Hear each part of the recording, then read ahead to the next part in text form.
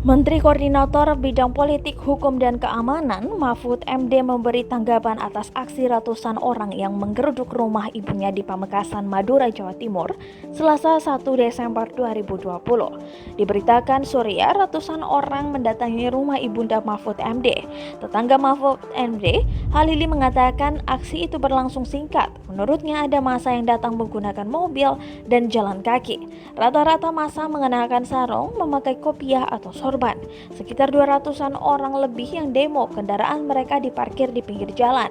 Panjangnya kira-kira 100 meter memanjang ke timur, kata Halili di lokasi Selasa.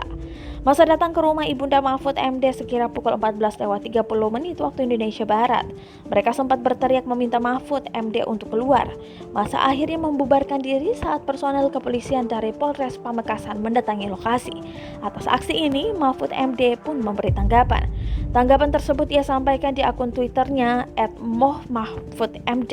Ia merespons rekaman video penggerudukan rumah ibunya yang diunggah oleh seorang warganet. Mahfud mengatakan selama ini ia berusaha untuk tidak menindak orang yang menyerangnya secara pribadi.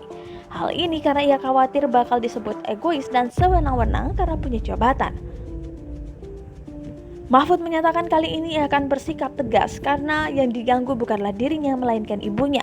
Ketua RT 5 RW 3 di lingkungan rumah ibunda Mahfud MD Slamet menyebut rumah itu biasanya ditempati ibu Mahfud MD bersama para perawatnya. Namun rumah ibu Mahfud MD tersebut sedang kosong hari ini.